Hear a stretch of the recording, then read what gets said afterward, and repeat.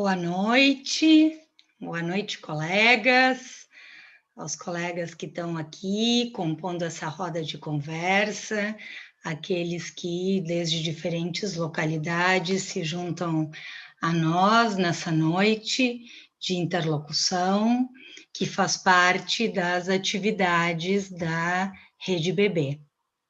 Então, é um prazer estar hoje aqui com vocês. Com essa atividade, a gente dá início aos trabalhos nacionais da Rede Bebê no ano de 2021. Aqueles que já estiveram com a gente em outras oportunidades, saudamos, e aqueles que se juntam a nós nessa oportunidade, damos as boas-vindas.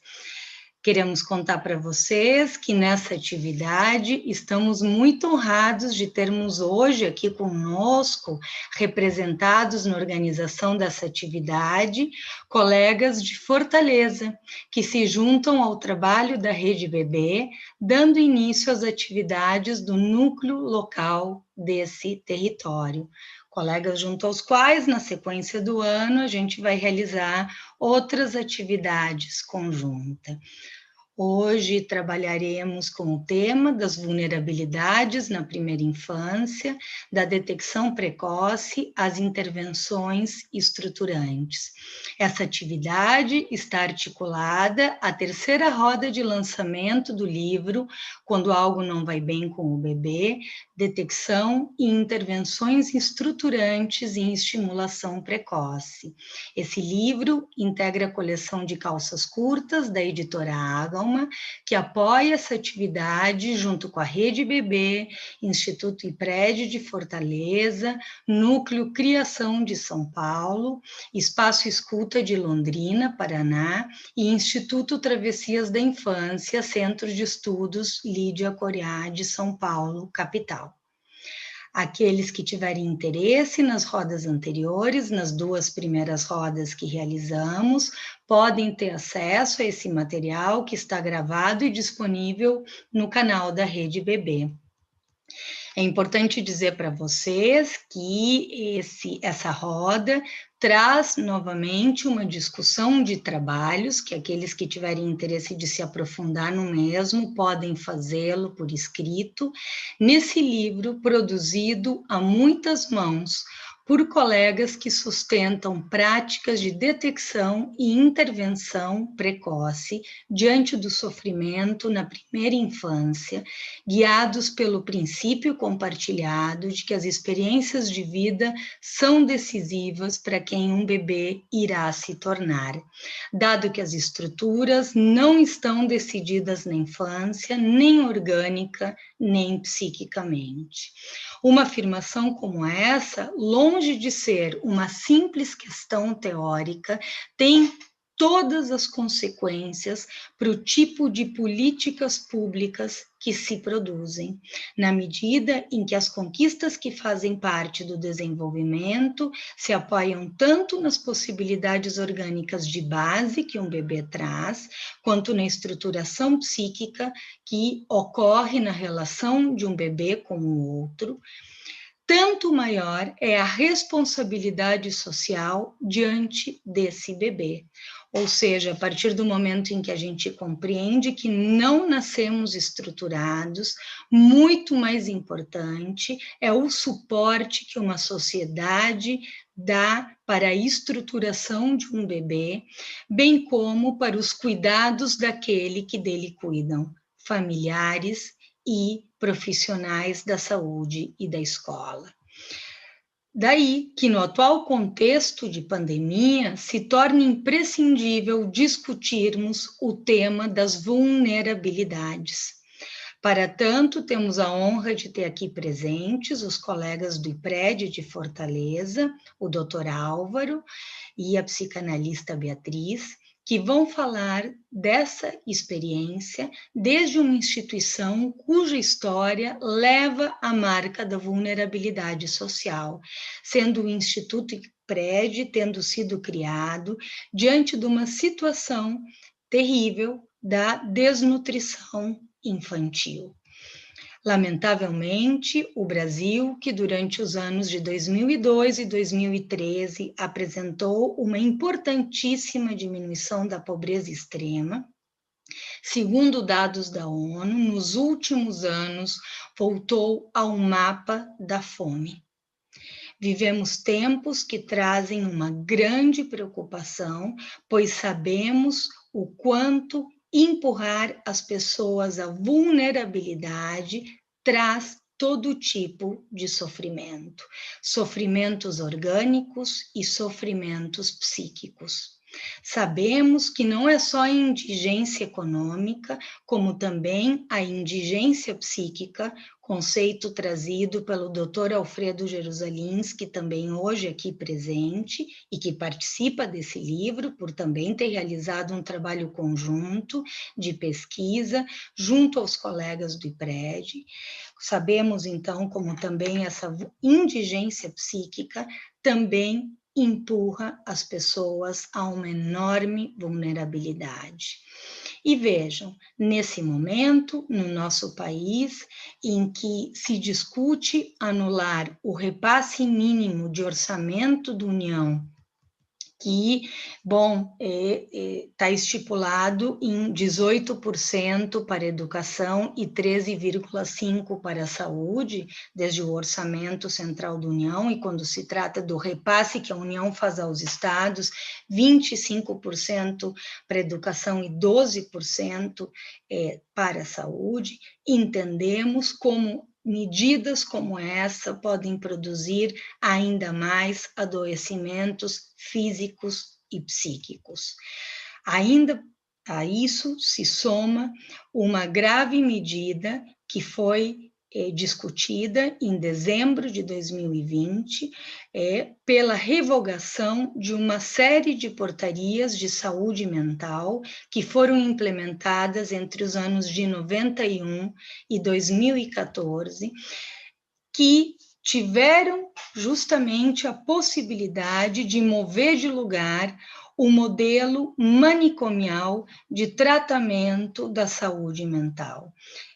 Então, essas medidas que foram conhecidas como revogaço têm colocado em risco o modelo de atenção psicossocial que dá assistência à saúde mental por meio de acesso a tratamentos interdisciplinares como uma política de Estado.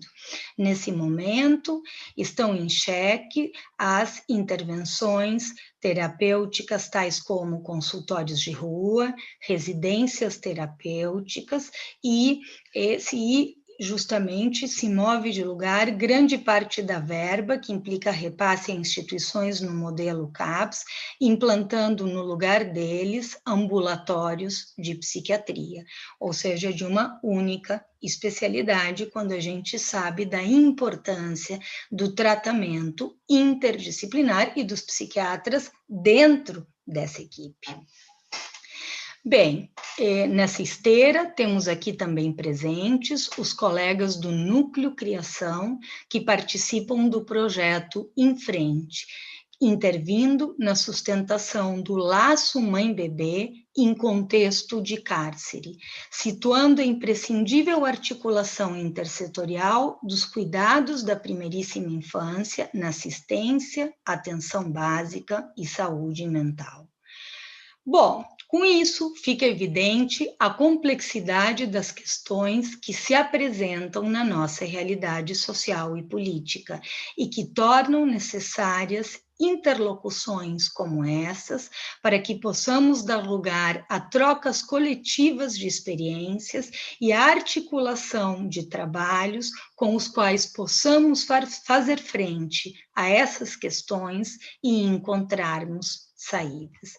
Esse é o próprio espírito da Rede BB, essa ideia de troca de experiências com colegas que participam em diferentes territórios, instituições e com diferentes formações de base, guiados pelo princípio de que é preciso sustentar aquelas conquistas que fazem parte do desenvolvimento de um bebê, zelando pela sua estruturação como sujeito do desejo. Então, estamos aqui num contexto interdisciplinar, perpassado pela ética psicanalítica. Passo agora a palavra à colega Maribel, que fará uma breve apresentação do trabalho da Rede Bebê e depois daremos sequência aos diferentes colegas que integram essa roda. Maribel de Salles de Mello, além de ser coorganizadora do livro Quando Algo Não Vai Bem com o Bebê, é psicanalista, especialista em estimulação precoce e em problemas do desenvolvimento infantil, coordenadora do Espaço Escuta de Londrina e membro fundador da Rede Bebê. Passo a palavra a você, Maribel. Boa noite, é um prazer estar aqui. Como a Julieta estava falando, né, já sobre a proposta da Rede Bebê, a Rede Bebê foi fundada em abril de 2018 por um grupo de mais de 60 profissionais que já vinha trabalhando nessas ações que foram aí bem colocadas pela Julieta, né, tanto nos seus consultórios como em serviços públicos, aproveitando algumas portarias que já existem aí, né, e fazendo um trabalho importantíssimo, né, com a primeira infância, com a primeiríssima infância, mas muito preocupados, né, com tudo isso e muito sozinhos em seus territórios, né? Então, das questões que fez com que todos se unissem pensando em montar, né? Aí a Rede Bebê foi essa questão. Também preocupados com essa gravidade, né? Que a gente tem visto aí hoje em dia da psicopatologização da infância.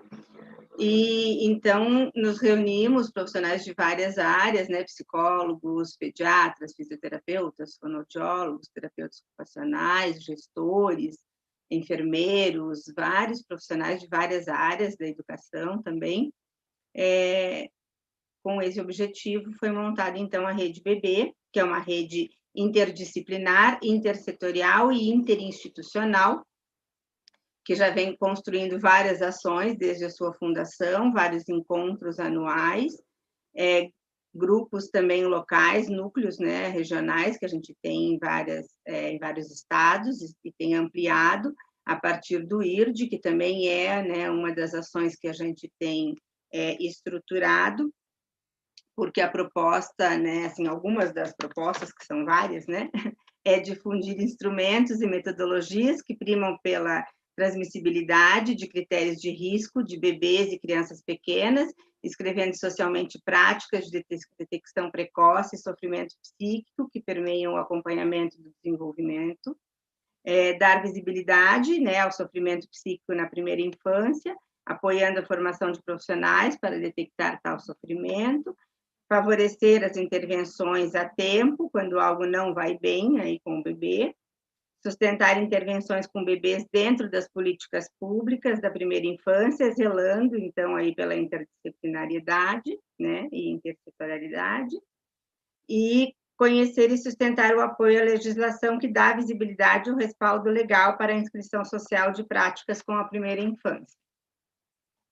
Sustentar que para favorecer a estruturação de um bebê é preciso cuidar de quem cuida, e difundir as contribuições produzidas pela psicanálise na clínica da estimulação precoce, pensando, né, a clínica da estimulação precoce com esse atravessamento, então, da psicanálise.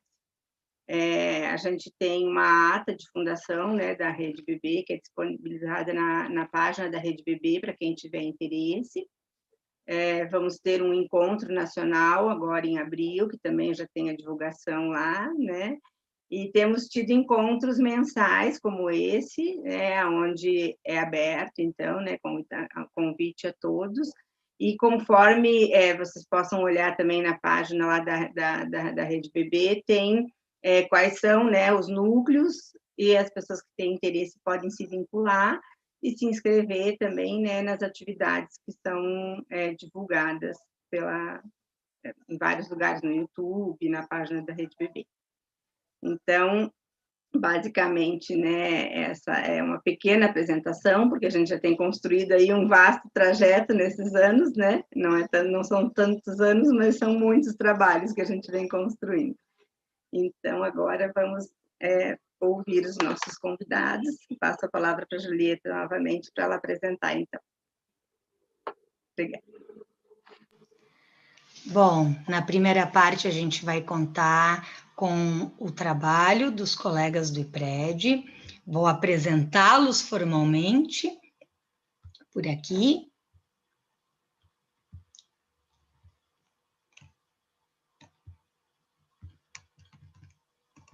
O Dr. Álvaro Jorge Madeiro Leite é professor titular da Pediatria da Faculdade de Medicina da Universidade Federal do Ceará, doutor em Pediatria pela Unifesp, coordenador teórico-científico do Instituto Primeira Infância do IPRED. Beatriz Cernache de Castro Neves é psicóloga, mestre em psicologia pela Universidade de Fortaleza, doutorando em saúde coletiva pela Universidade Federal do Ceará, docente do curso de psicologia da Faculdade Ari de Sá. E os colegas, eles participam, para os que quiserem, enfim, se aprofundar, a partir desse encontro. Os colegas do IPRED trazem um artigo no livro, quando algo não vai bem com o bebê, sobre a utilização dos indicadores IRD em contexto de vulnerabilidade social. Foi uma pesquisa desenvolvida no IPRED, Ceará, que contou com a presença desses colegas, além de outros, e foi realizado junto com o Alfredo Jerusalinski. Então, passo a palavra, dizer que é uma honra tê-los aqui presente, é uma honra ter o Dr. Álvaro aqui conosco, dada a sua longa experiência.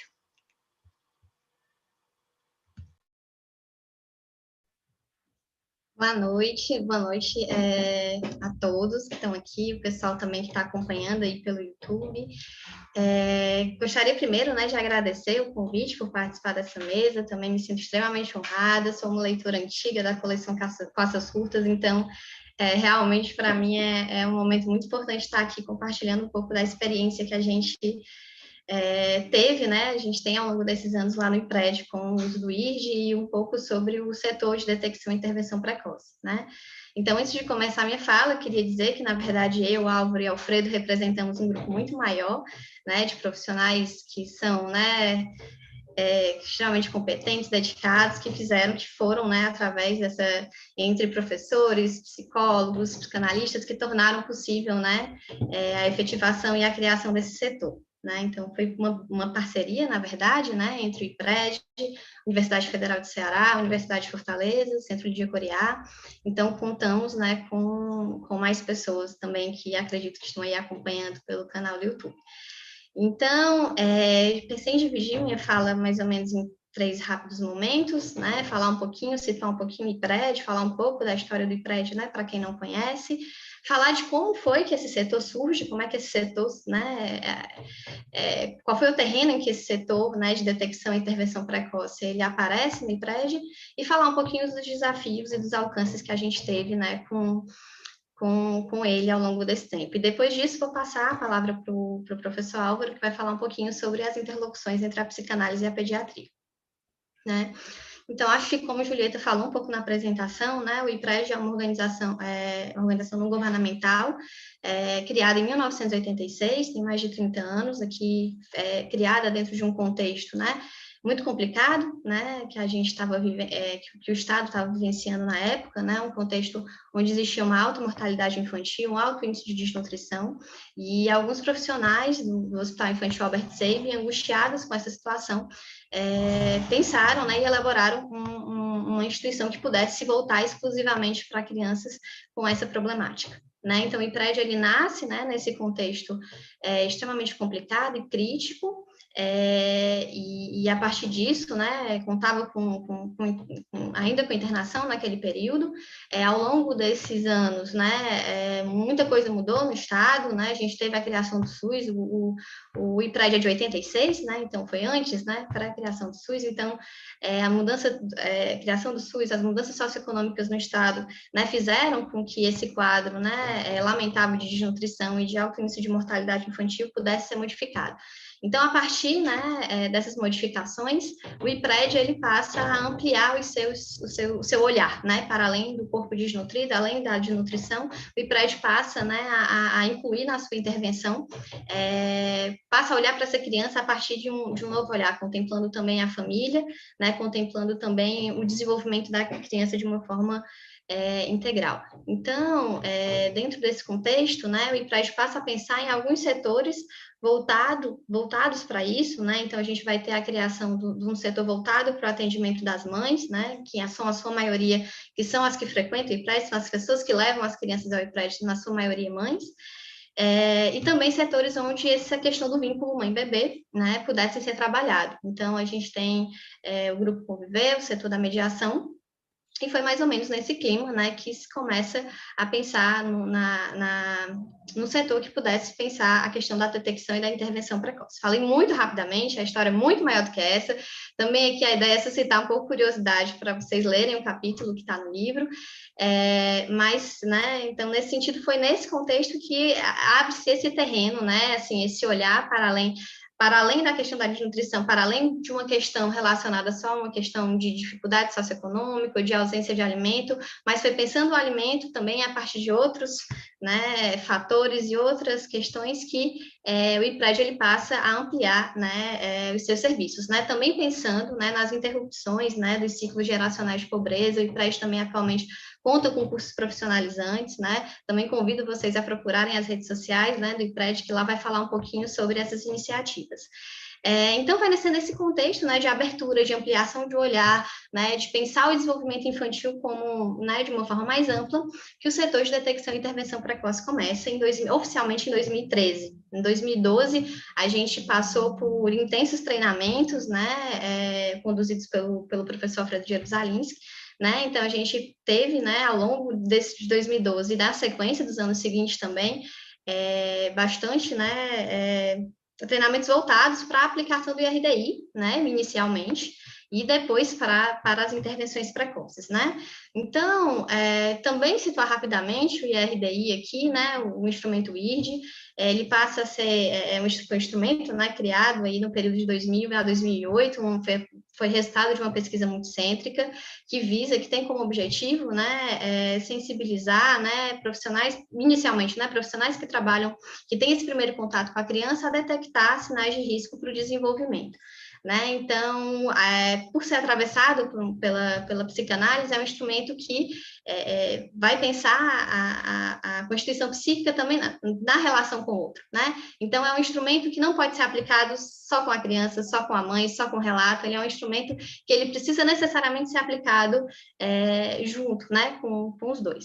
Então, a gente começou a fazer a aplicação oficialmente, né, no IPRED em 2012, né, não, com muitos desafios também. A gente, no primeiro momento, né, tentou uma certa interlocução com a pediatria, depois a gente resolveu separar. Atualmente a gente, né, pensa em juntar de novo, mas foi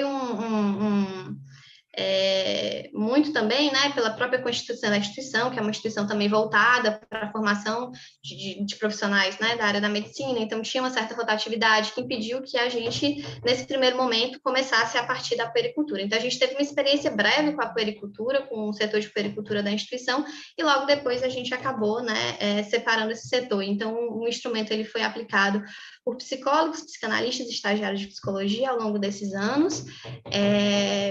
A partir disso, né, a gente teve, né, muitos desafios nesse processo da aplicação, de adaptação, de apropriação do instrumento, né, que fizeram também com que né, a gente começasse a refletir um pouco sobre as especificidades de uma aplicação do IRD dentro de um contexto socialmente vulnerável, né? O IPRED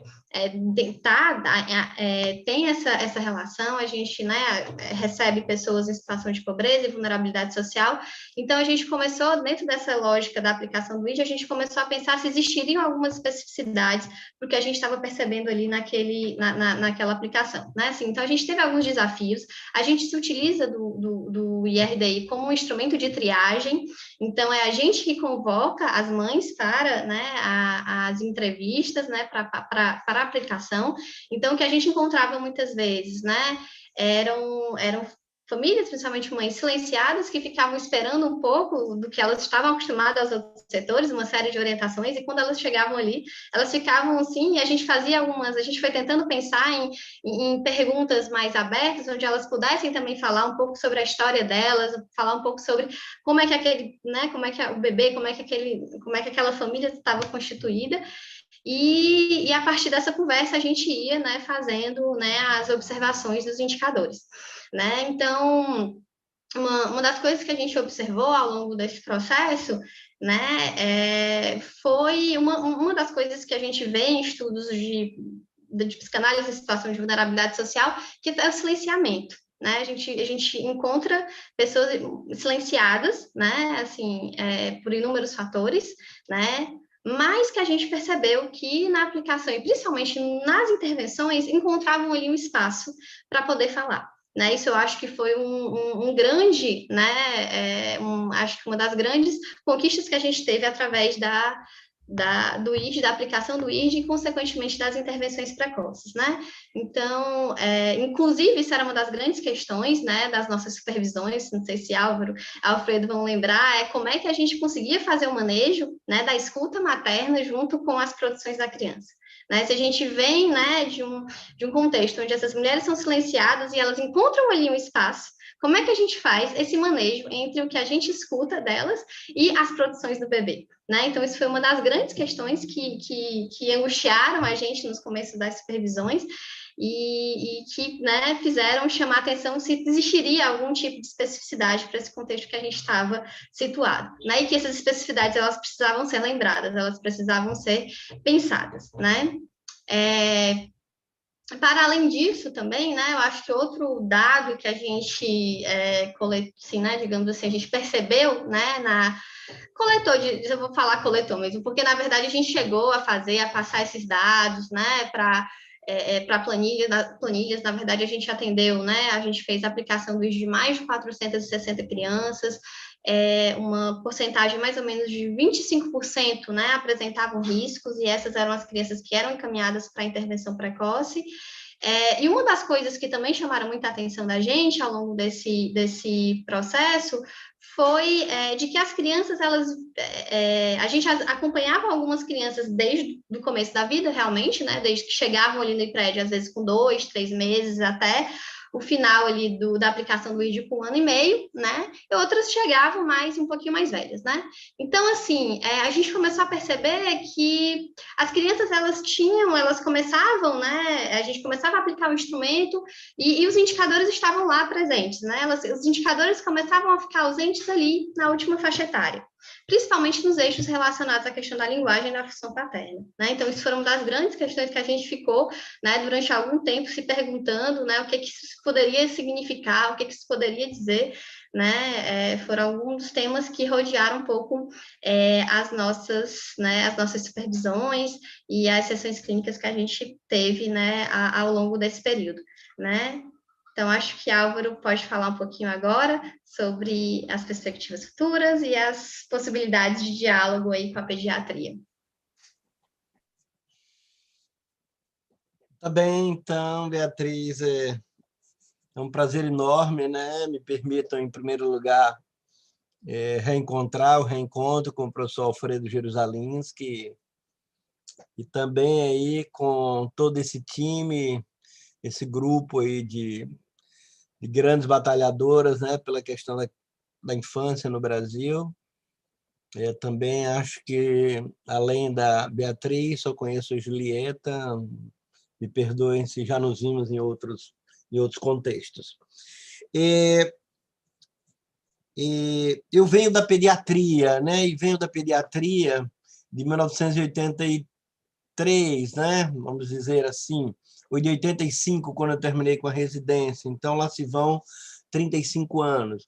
E a minha formação foi muito centrada, como ainda é a formação no pediatra, né? Centrada na doença, centrada na capacidade de descobrir a ausência do silêncio dos órgãos, né? Quer dizer, os órgãos gritando, como nós estamos vendo agora, por exemplo, numa pandemia que tem uma dimensão orgânica terrível, como essa da Covid, né?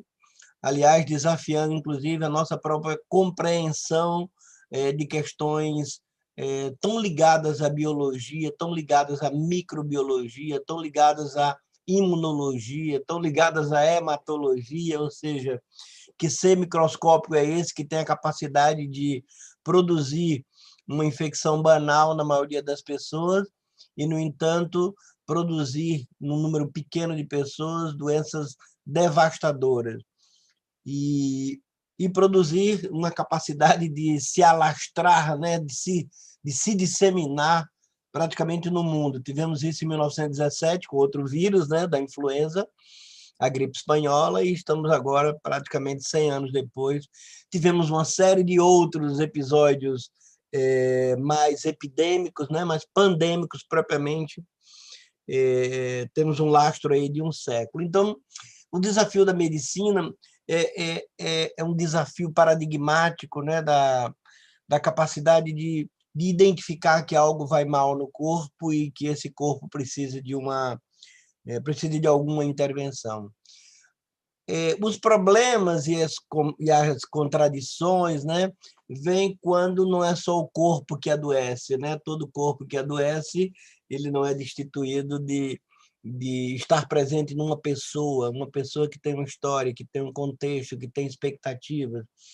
Não é para menos que esse paradigma que era chamado medicina centrada no médico, né? O médico que detém o saber, o médico que estuda para dizer se você tem um apendicite ou uma meningite, etc., ele vem sendo substituído nas principais escolas internacionais e graças nacionais por um outro paradigma chamado de medicina centrada no paciente, né?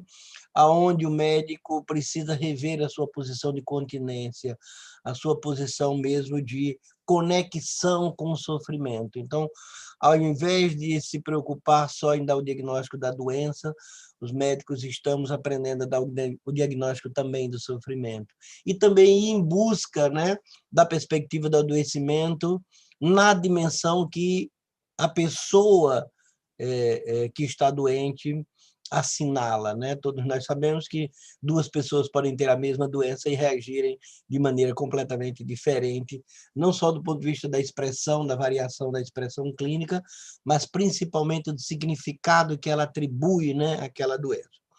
Bom, mas isso apareceu no IPRED, então, especializado em cuidar da nutrição, e logo, na última transformação, quando um professor que trabalha comigo na universidade, o professor Sullivan Bastos Botas, assumiu, isso já vai com 17 anos, a direção, e começou a implantar uma série de mudanças. As primeiras foram relativamente óbvias, eu gostaria muito de salientar. Dificilmente, na nossa formação, pediatra, quem é o cliente do pediatra? Todo pediatra estuda doença de crianças. E muitas das vezes a gente diz que Beltrana, a mãe da criança, é também nossa cliente. Mas, na prática, quando a gente vai executar, né, o exercício da pediatria, o foco é a criança. Então, a gente ficou pensando que aquelas mulheres que iam ao IPRED, elas não eram vistas nem na condição de mãe das crianças, porque o IPRED era um instituto para cuidar de crianças. As mães, entre aspas, eram quase meramente acompanhantes, quiçá informantes, né? E aí a gente começou a pensar essas mulheres na condição de mãe. E aí como é que o IPRED atende crianças, conceitualmente, paradigmaticamente, mas também atende mães. E qual não foi a nossa surpresa que logo essas mães passaram a ser mulheres. Então, quer dizer, como é que um pediatra... Eu estou falando aqui na perspectiva pediátrica, porque, enfim, nós temos nutricionistas, temos serviço social, temos enfermagem, etc. Estou dizendo como essas discussões começaram a surgir na nossa cabeça e a implantar uma série de mudanças e a chegar no estágio atual, que eu vou rapidamente comentar, aí, obedecendo o tempo. Então, o desafio simples, né, de que é impossível cuidar de uma criança se você não tem um olhar para quem é o responsável, quem cuida daquela criança, quem tem as trocas intensas, quem ensina o mundo para aquela criança, aí usando já o jargão um pouco da neurociência que a gente tem estudado bastante, né? Quem ajuda essa criança a se autorregular, quem ajuda essa criança a ter flexibilidade mental, flexibilidade cognitiva e por aí vai. E aí, claro que isso só ocorre no seio, né? A velha expressão do Donald, um pediatra, né, psicanalista, o Winnicott, né? Uma criança não existe sozinha. Mas como ofertar um tipo de atendimento para cerca de 1.000 mulheres, que é o que nós temos no IPRED, cuidando da nossa função, que é um instituto da primeira infância, né? Concebendo, portanto, que a primeira infância não existe sem o seu cuidador, seja na qualidade de mãe, seja na qualidade de mulher e os pais. Então, isso ocorreu na fase inicial, bastante choque, porque nós tínhamos uma geração mais acostumada, centrada na doença, e aí, para começar a enxergar essas mulheres, e aí sem nenhum, enfim, sem nenhuma dimensão de deselegância, diria que é difícil para alguns de nós deixar esse centro e olhar particularmente as mulheres e as famílias pobres e perceber que ali há algo de cidadania, há algo de inteireza humana, né? Então, mesclado, né, em tudo isso, veio essa ideia de destinar um lugar às mães, destinar um lugar às mulheres e começar a compreender essa relação entre as mães e as crianças. Eu já não lembro mais o ano, mas andando na Unifor com a professora a Carla e agora esqueci o nome. A Carla Leônia e me lembrei, a Beatriz. A Carla e a Celina. A Celina disse, Álvaro, você precisa conhecer um professor que está vindo aí, um psicanalista infantil que está vindo aí, e eu acho que o trabalho que vocês fazem no IPRED tem muito a ver com o que ele vem fazendo ao longo dos anos, e ele certamente teria interesse em colaborar numa atividade de consultoria. Foi aí que, no campus, a gente conheceu o professor Jerusalins, que desencadeamos, então, um processo de como ampliar, né, essa perspectiva de visão de médicos, né, em particular pediatras, para uma dimensão mais relacional, quiçá chegando mesmo a uma dimensão mais psicológica ou psicanalítica, né? Bom, e começamos a trabalhar esse grupo, mas esse grupo terminou sendo constituído majoritariamente de psicólogos, inclusive vários psicólogos que fizeram vários projetos de mestrado e doutorado, né, com essa clientela. Eu acho que deve ter aí pelo menos umas 10 a 12 dissertações e teses de mestrado e doutorado muito interessantes, como lidar com famílias em condição de vulnerabilidade e estudar psicanaliticamente os impasses subjetivos que se apresentam na relação dessas mães com essas crianças, para além da condição de vulnerabilidade. Uma certa ideia, né, concreta de que as pessoas populares que vivem em condições de vulnerabilidade também têm dimensões psíquicas, têm impasses que precisam e devem ser abordados na sua atenção. E Alfredo teve em várias bancas, ajudou a conformação de várias dessas teses, e isso foi um momento muito rico, muito inspirado. Bom, a consequência disso, que eu acho que o professor Alfredo não sabe, eu vou dizer para ele agora, é que há 3 anos a cooperativa, a gente estava numa atividade da cooperativa dos pediatras sobre emergência pediátrica. E eu acho que ali entre um café e outro, ali no intervalo, veio a ideia de por que a cooperativa, num projeto com a gente do IPRED e a universidade, a gente não consegue capturar alguns pediatras novos para um ramo da pediatria que não existe no Brasil, ou existe de maneira muito incipiente, né? Até onde nós mapeamos, tem um grupo do Rio Grande do Sul, um grupo de São Paulo, um pequeno grupo em Minas Gerais, e uma parte deles mais capitaneados pela neuropediatria, mas pelo que existe, né, na Europa, boa parte da Europa e os Estados Unidos, um ramo chamado de pediatria do desenvolvimento. E como eles chamam lá, a gente também incluiu o comportamento. Então, ficou pediatria do desenvolvimento e do comportamento, PDC.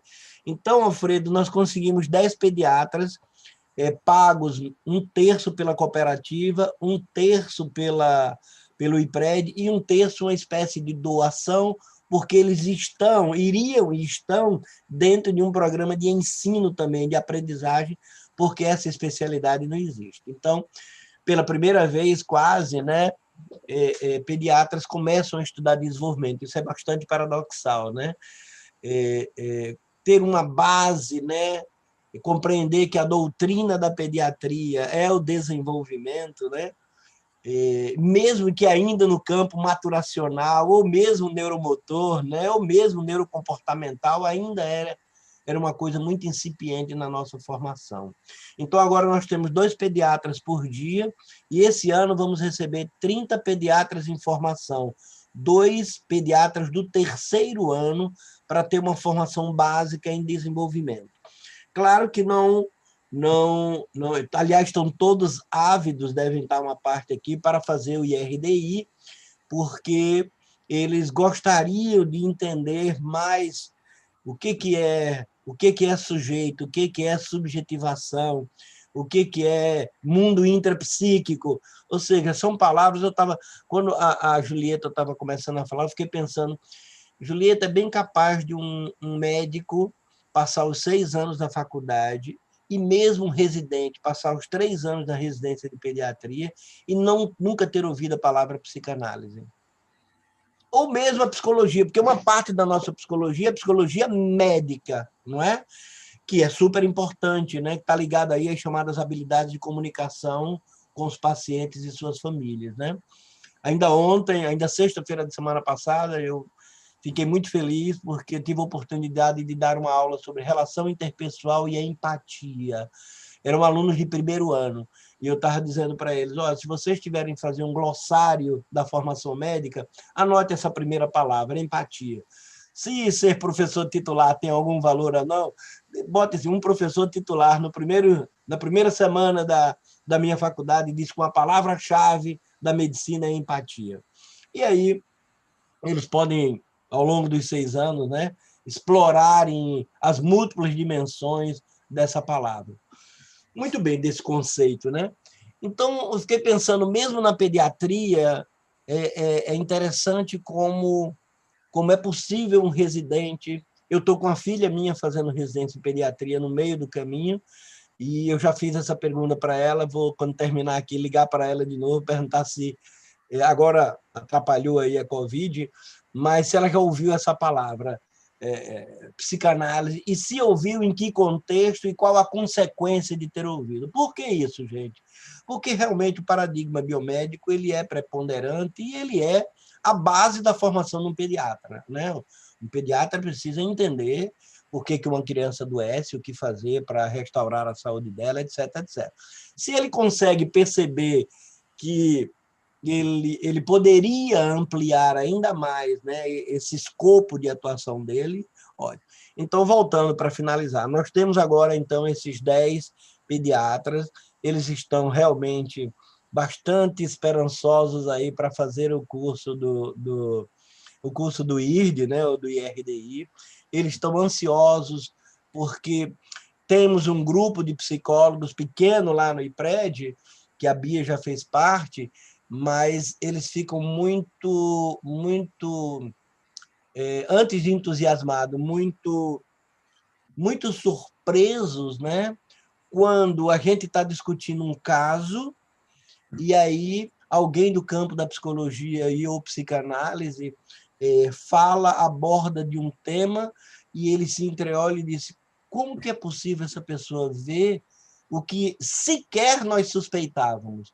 E eu brinco dizendo, por exemplo, o João Vicente Menescal, que é um dos coautores do texto, é psicólogo, eu brinco dizendo para ele de maneira objetiva, provavelmente o João nunca leu um livro dos quais nós estudamos, e nós nunca lemos os livros pelos quais o João estudou.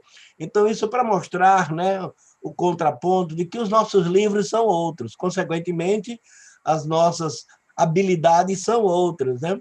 Mas isso vem, né, Alfredo, isso vem da gritaria, né, que um homem brilhante, que vai fazer 100 anos agora em julho, né, que é o Edgar Morin, vem anunciando a religação dos saberes, né? Essas coisas, os compartimentos, essas coisas que vão, para usar a expressão hoje da moda, que vai nos deixando numa bolha e, algumas vezes, com muita raiva da bolha ao qual o outro pertence, né? Por um profundo desconhecimento. Então, o nosso grupo está totalmente agora, é um grupo maior. Recentemente, há menos de um ano, o IPRED também fez criou uma unidade chamada de Conecta, só para crianças do transtorno do espectro autista. Então, ampliou o seu grupo, né? Nós temos neuropediatras nesse grupo, além de toda a equipe de reabilitação, né? TO, físio, fono, psicólogo, etc. Isso significa dizer que agora a gente tem uma massa crítica, que quando essa massa crítica vai para as nossas reuniões, a sensação é que a gente aprende demasiado, né, com uma fono. Como é que uma fono analisa, né? E quando essa fono domina algumas questões de neurociência ou de psicanálise, e isso tem uma expansão e uma capacidade de reconhecimento de que uma pediatria obrigatoriamente tem que ser ampliada de todos esses outros saberes, né? Que um médico ele termina se apequenando muito o seu espectro de atuação quando ele se restringe ao modelo biomédico, que, obviamente, todos nós sabemos que ele é fundamental, que ele é necessário, mas ele não é suficiente para dar conta do que os americanos mesmo chamam a doutrina da pediatria, é o crescimento e o desenvolvimento. A ideia, né, de que a pessoa humana, a infância, não é um porvir, né? Ela é constitutiva da condição humana. Então, eu queria dizer que é um prazer enorme estar trabalhando com vocês, ter trabalhado e continuamos trabalhando ainda com o professor Alfredo Jerusalins, que essas são as marcas, né, que ele tem deixado entre nós. O nosso grupo, Alfredo, também, essas 10 pediatras, eu acho que talvez umas 2 ou 3 te conhecem, talvez 2, só a Renata Ked e a Renata Bruno. Elas também estão bastante ansiosas, assim que essa Covid der uma folguinha, né? Vamos combinar aí. Aliás, eu queria combinar uma coisa antes. Qualquer dia, as nossas reuniões são às quintas à noite, então eu gostaria já que a gente pudesse também fazer algum entrelaçamento, né? Alguma participação aí, Julieta, o resto do grupo e o Alfredo, né? Que a gente possa ir, mesmo eventualmente, discutindo um caso clínico e, no final, os aportes mais específicos aí do campo psicanalítico, né? Então, é um caminho sem retorno. O IPRED está totalmente aberto para as experiências psicológicas, as experiências psicanalíticas. O IPRED é também, como órgão ligado à universidade, um campo de atuação de práticas. Acabei de dizer que 30 R3, né? Porque também passam R1 na puericultura. O R2 não passa, porque ele está mais nas especialidades médicas convencionais, né? Infectologia, neurologia, etc. E o R3, que é agora a formação do pediatra em 3 anos, ele está passando 1 mês só em desenvolvimento, 4 semanas, onde, para finalizar mesmo, a ideia é como é que se conhece uma criança, como é que se conhece uma família e como é que se conhece o contexto onde essa criança está se desenvolvendo. Ou seja, isso que aparentemente é tão óbvio, né? Mas quando alguém chega para dizer que o ouvido está doente, o foco fica no ouvido. Quando alguém chega para dizer que está com dor de garganta, mas, apesar da gente ter muito dessas doenças, dessas condições mais mórbidas, mais biologicamente dependentes, digamos assim, mas os consultórios dos pediatras estão plenos e lotados de problemas comportamentais, de problemas de desenvolvimento, de problemas de comunicação afetiva, amorosa entre os seus pais e as suas crianças. Vocês sabem hoje, em particular, o problema da terceirização, o problema das telas, o problema da falta de regras, da falta de disciplina, etc. Então, muito obrigado a todos e um prazer enorme estar conhecendo todos vocês. Passei muito.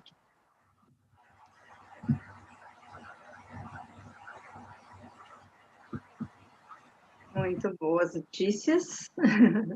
Vamos comentar depois. A gente também tem conseguido avançar bastante aqui com a residência de medicina, de pediatria, né? No espaço escuta, a gente conseguiu também que eles passem, né, como mais um campo de estágio da pediatria, porque aumentou, né, para 3 anos, e então eles incluíram. Tem sido uma experiência muito boa também, eles têm ficado 4 semanas com a gente. Obrigada, Beatriz. Obrigada, Beatriz e Álvaro, pela exposição desse trabalho corajoso, que revela como só podemos avançar na lógica da complexidade, tanto no sentido daqueles que vêm de uma formação na qual se recebe formação e informação para o orgânico, e que então a pergunta que o Dr. Álvaro nos traz, que se é formado para ver e escutar o quê? E só podemos avançar mesmo numa religação de saberes. Vai ser um prazer, né, nos dias 9, 10 e 11 de abril, que a gente tem marcado o IRD com um trabalho amplo, com uma frente ampla de 10 instituições de Fortaleza, poder abrir essa discussão, assim como quando a Beatriz nos fala, ela é aqui representante entre os tantos pesquisadores que o Dr. Álvaro citou, também de colegas que, vindo da psicanálise, se adentram no trabalho da complexidade, do desenvolvimento, da vulnerabilidade, ou seja, todos nós, para adentrarmos no campo da prevenção, da detecção, do desenvolvimento, precisamos sair dos feudos unívocos das nossas formações de base e adentrar numa lógica da complexidade. Então, esse trabalho do qual vocês nos dão um testemunho é um trabalho que eu diria assim, corajoso, um trabalho de curiosos, um trabalho de inquietos, e que, como nos dizia o Freud, a gente precisa pensar uma psicanálise que se volte para o sujeito que sofre no laço social. Né? Isso não é um arremedo de uma prática psicanalítica, isso está desde o início colocado no desejo freudiano. Então, bom, muito obrigada. E sigamos trabalhando juntos. Com certeza. Agradeço também a apresentação. Vou passar agora a apresentar o Dr. Alfredo. Dr. Alfredo Jerusalins, que é psicanalista, doutor em Educação e Desenvolvimento Humano pela Universidade de São Paulo, mestre especialista em Psicologia Clínica pela Pontifícia Universidade Católica do Rio Grande do Sul e graduado em Psicologia pela Universidade de Buenos Aires. Lecionou na Universidade de Buenos Aires, foi professor convidado da PUC, Unicinos e USP, psicanalista, membro da Associação Lacaniana Internacional, faz direção, assessoramento, supervisão da Fundação para os Estudos dos Problemas da Infância em República Argentina e do Centro Clínico Interdisciplinar Doutora Lídia Coreá de Buenos Aires, membro da Rede BB. Com a palavra, então, Alfredo. Bien, en primer lugar agradezco a Maribel. En primer lugar, debo decir que estoy plenamente sorpreso y al mismo tiempo satisfecho de cómo Álvaro se desenvolveu. Es decir, él anda bien no desenvolvimiento. Me permito decir eso porque, além do mais, somos amigos. Y eso tal vez inspiró un poco su fala, porque efectivamente eu contribuí y me siento muy orgulloso de ter contribuido ao IPREVE, con su estructura, sus fundamentos y su obra. Y no quiero que pase desadvertido o trabajo fenomenal que Álvaro, Beatriz y otros colegas de IPREVE realizan a lo largo de varias décadas y con una firmeza absolutamente admirable. Una firmeza y una capacidad de comprensión de qué es un ser humano que es admirable. Bueno, digo, eso tenía que dar frutos. Es allí que yo me siento extremadamente contente de ter compartilhado con María Cristina Kupfer, con Paula Roya, en fin, con una serie de colegas muy amplio, porque o IRDI se estructuró y se desenvolveu a lo largo de 10 años de pesquisa, que, claro, tuvieran antecedentes en cada uno bastante más extensos. Y en esos 10 años, ese instrumento no solamente se verificó, sino que além más nos enseñó una serie de cuestiones. Estas que hoy también ven a tona, Beatriz apuntó muy bien, en el sentido de que es un instrumento donde o dado que él le permite detectar no vale por sí mismo. Quiere decir, es un convite, cada dado que aparece, a se interrogar acerca de por qué que le apareció y por qué que le no apareció, o cuándo apareció. Y es allí que surgen una serie de preguntas. Bueno, digamos, la contribución psicanalítica va por ahí, porque va justamente en el camino de no pensar que o dado carrega su propio sentido. O sea, no es un autónomo, no produce su propia significación. Él motiva un interrogante. Y esto es o que traz o beneficio de que o paciente es escuchado. O paciente quer dizer o sujeito que está en jogo, y cuando falamos de bebés, o sujeito que está en jogo son él y sus cuidadores primarios. Él y aquel que o remete, o envía a una dimensión simbólica, donde o bebé no vale somente, como o Álvaro colocaba, no vale somente pelo ouvido que doy, o pela garganta que esté irritada, sino que él es sujeto de un discurso donde precisa se representar para existir, como un ser equivalente a vosotros que os rodean. Entonces, digamos, es allí que la tarefa médica se extiende, gana dimensión, donde o dado depende de la serie en que él esté ya inserido. Hoy a tarde conversaba con un editor, Daniel Kaplan, editor y amigo en Argentina, la editora Noveduc, que, bueno, tenemos intercambios interesantes con él, y estaba se pensando en armar una nueva línea de ediciones. Y entonces él me preguntaba, ¿qué te parece? ¿Le colocamos o nombre de colección o colocamos o nombre de serie? Digo, sin duda serie. Porque una colección, cada objeto vale por sí mismo, cada libro vale por sí mismo, no. Los libros valen por la serie en que ellos están.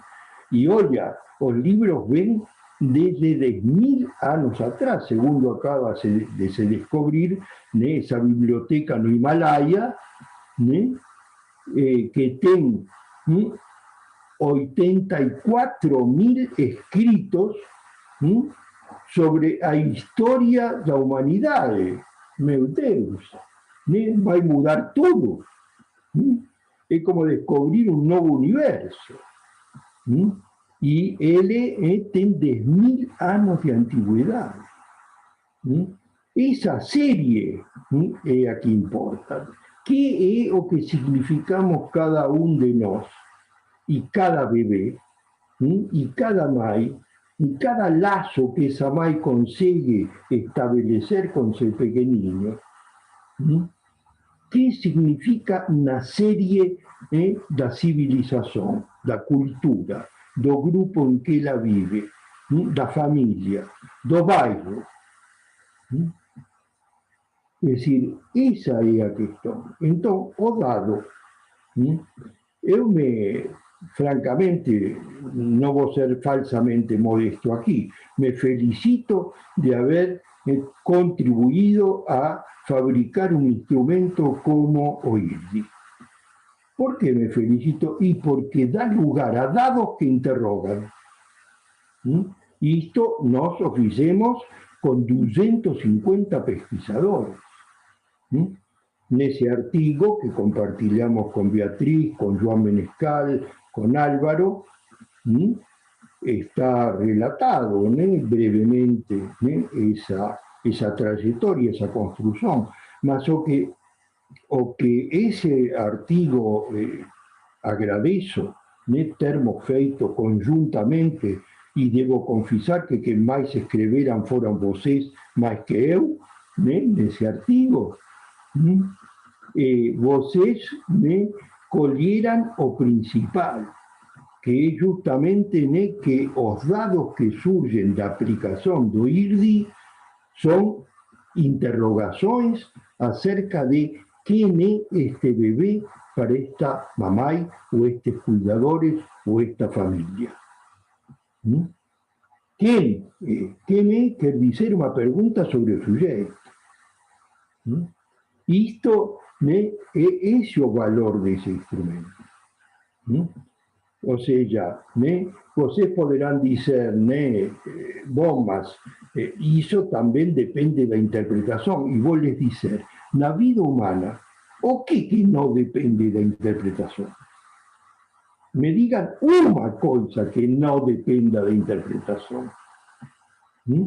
A ti tomar un paracetamol depende de la interpretación.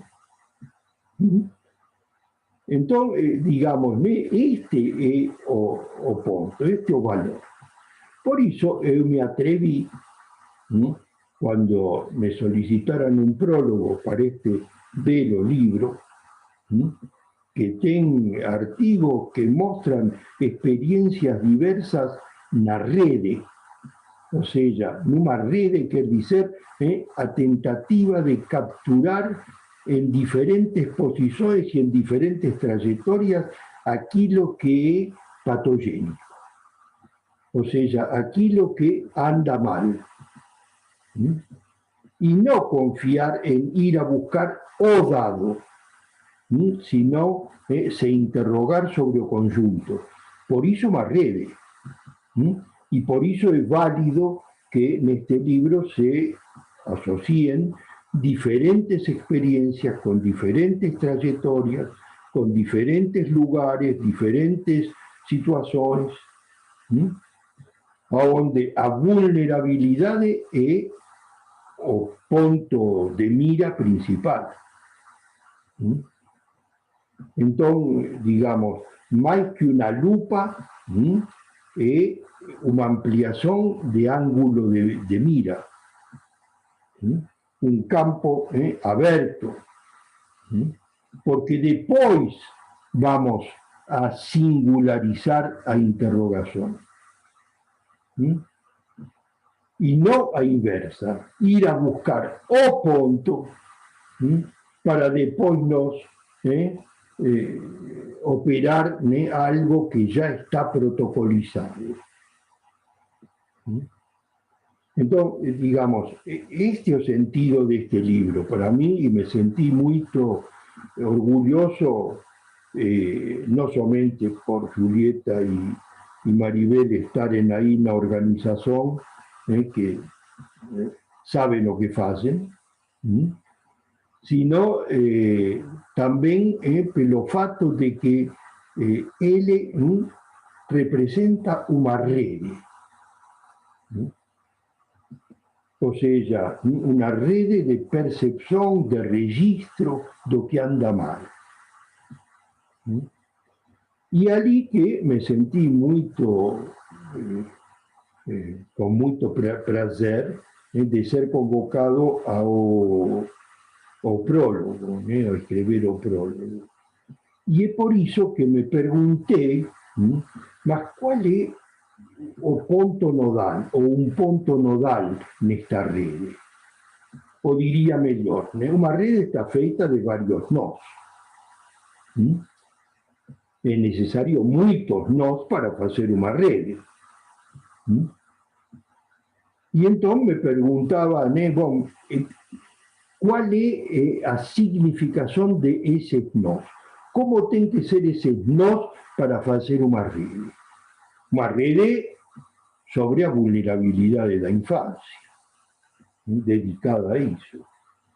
Y entonces me ocurrió que o punto nodal, por lo menos dos puntos nodales, tienen como representación fundamental o amor precoce. Porque no sabemos que o amor precoce es lo que se extiende después por la vida toda.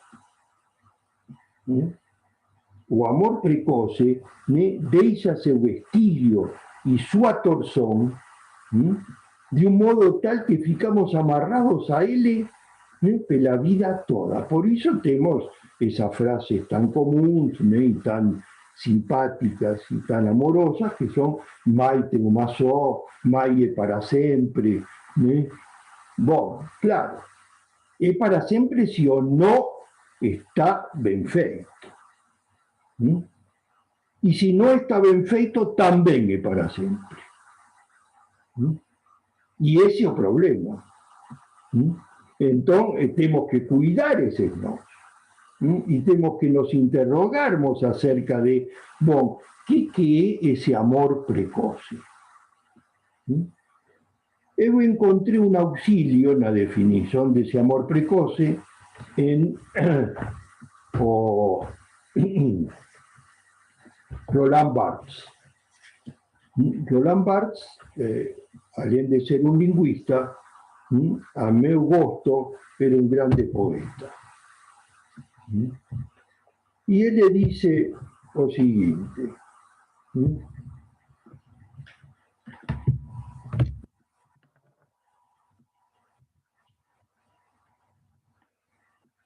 Dice, eu te amo, é a frase, no ten distanciamento.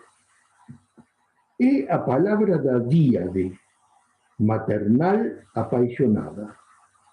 Nela, nenhuma distância, nenhuma deformação vem clivar o signo, não é metáfora de nada. Eu te amo não é uma frase, não transmite um sentido, mas prende-se a uma situação limite, aquela em que o sujeito está suspenso numa relação especular com outro. É uma holofrase. embora seja dita milhões de vezes, eu te amo não está no dicionário. É uma figura cuja definição não pode exceder o título. Roland Barthes.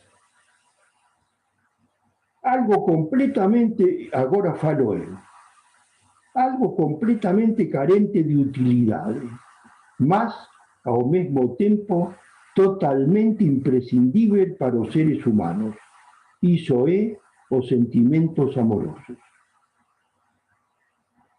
O amor é uma das formas em que se apresenta o desejo, e indiscutidamente a mais prestigiosa. Não certamente porque facilite as coisas, já que, bem pelo contrário, ele costuma complicá-las, na medida em que coloca o sujeito na dependência da satisfação do outro. Bem, é disso que se trata. Cada dado do IRDI é uma interrogação acerca de como está feito, nesse caso, o nó do amor precoce. Só isso.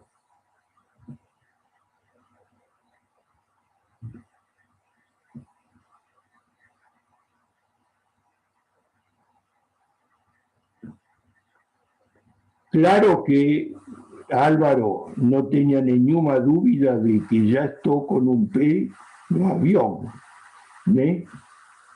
Ainda que isso venha a acontecer de aqui a 6 meses, um ano, né?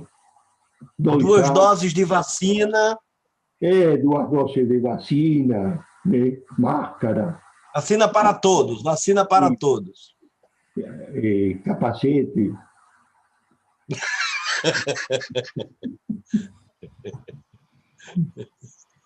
Ou, como você disse, nas quintas à noite, nos reunimos. Perfeito. Que grande notícia que você trouxe sobre os pediatras do desenvolvimento. Uma grande notícia. Muito obrigado.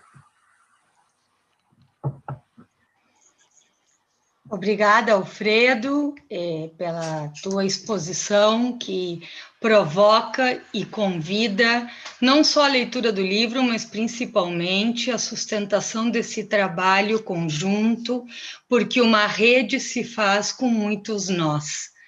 Essa é uma frase que fica marcada na história da Rede Bebê, porque tem colegas que desde diferentes territórios estão cuidando da infância, das suas vulnerabilidades, que a gente citou propositalmente aqui no plural, de norte a sul.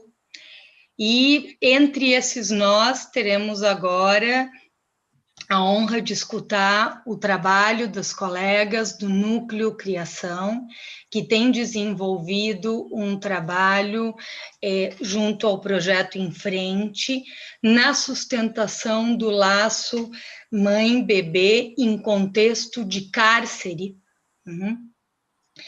E que não tem como, colegas, não dizer ou não situar desse momento paradoxal em que faltam vacinas, apesar de termos uma rede SUS exemplar, mesmo com seus déficits, mas exemplar, que tem a capacidade de vacinar 1 milhão de pessoas por dia, mas falta vacina, e se aprova uma lei de liberação do armamento.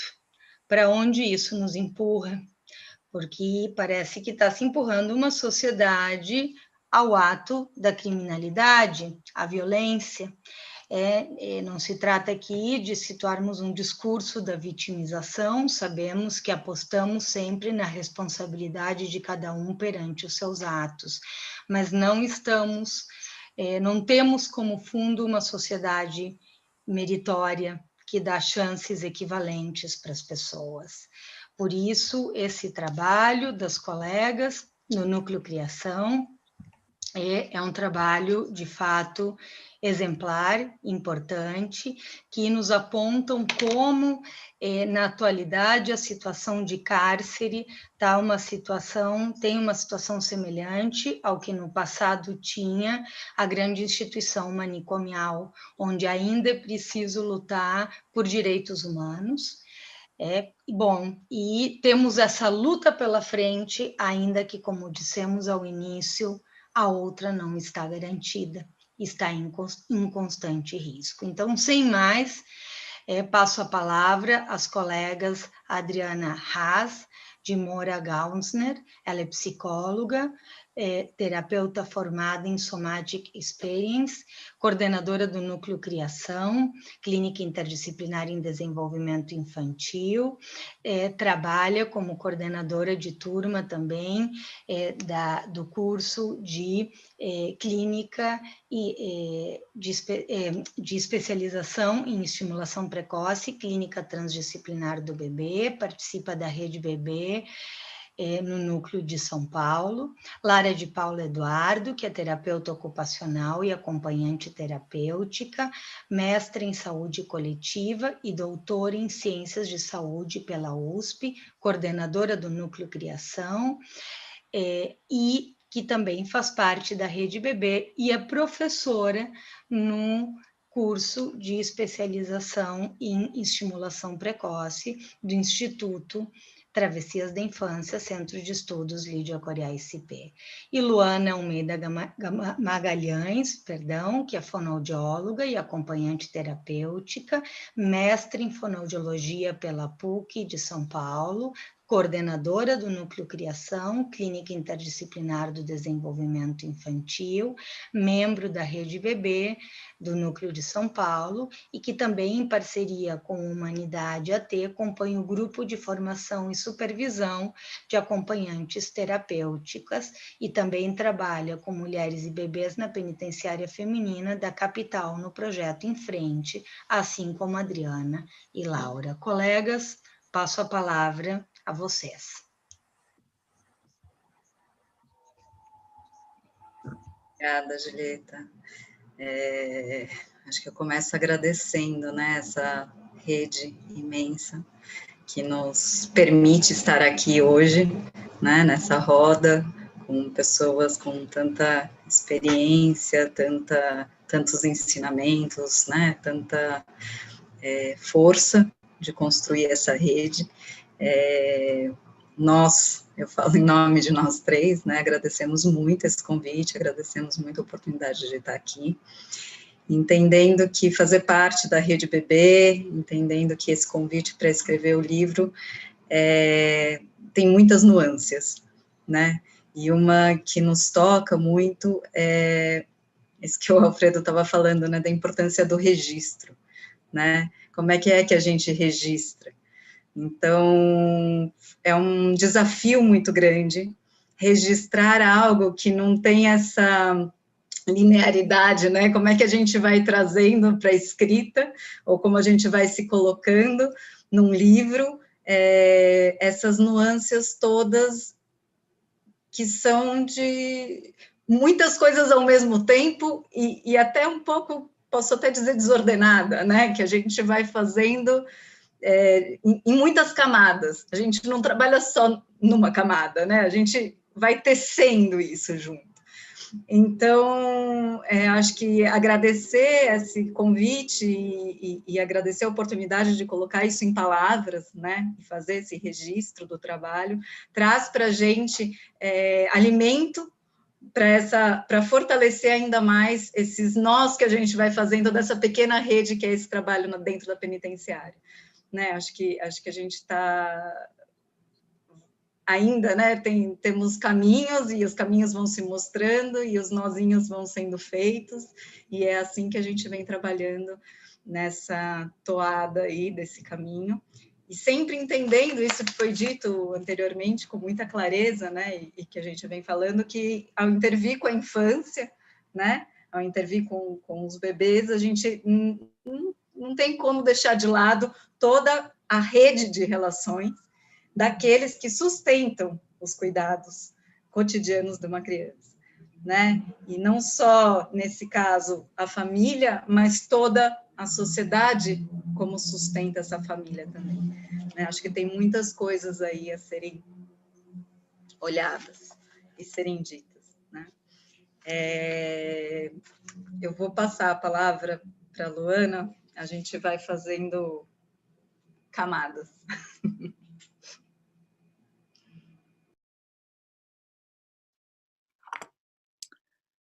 Boa noite a todos.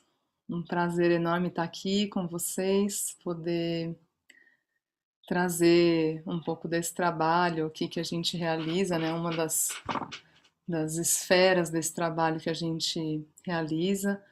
Acho que a gente tem um pouco um hábito de fazer um trabalho de conversar bastante junto, né? Então, por vezes pode ser que a gente se intermeie, e então já estou comunicando um pouco do nosso jeitinho de fazer as coisas, de trabalhar. Por vezes Lara, Adriana também vão entrar e falar junto. Acho que a gente tem um caminho de construção mais entrelaçado, e talvez isso possa acontecer aqui também para vocês estarem à vontade aí também com a gente.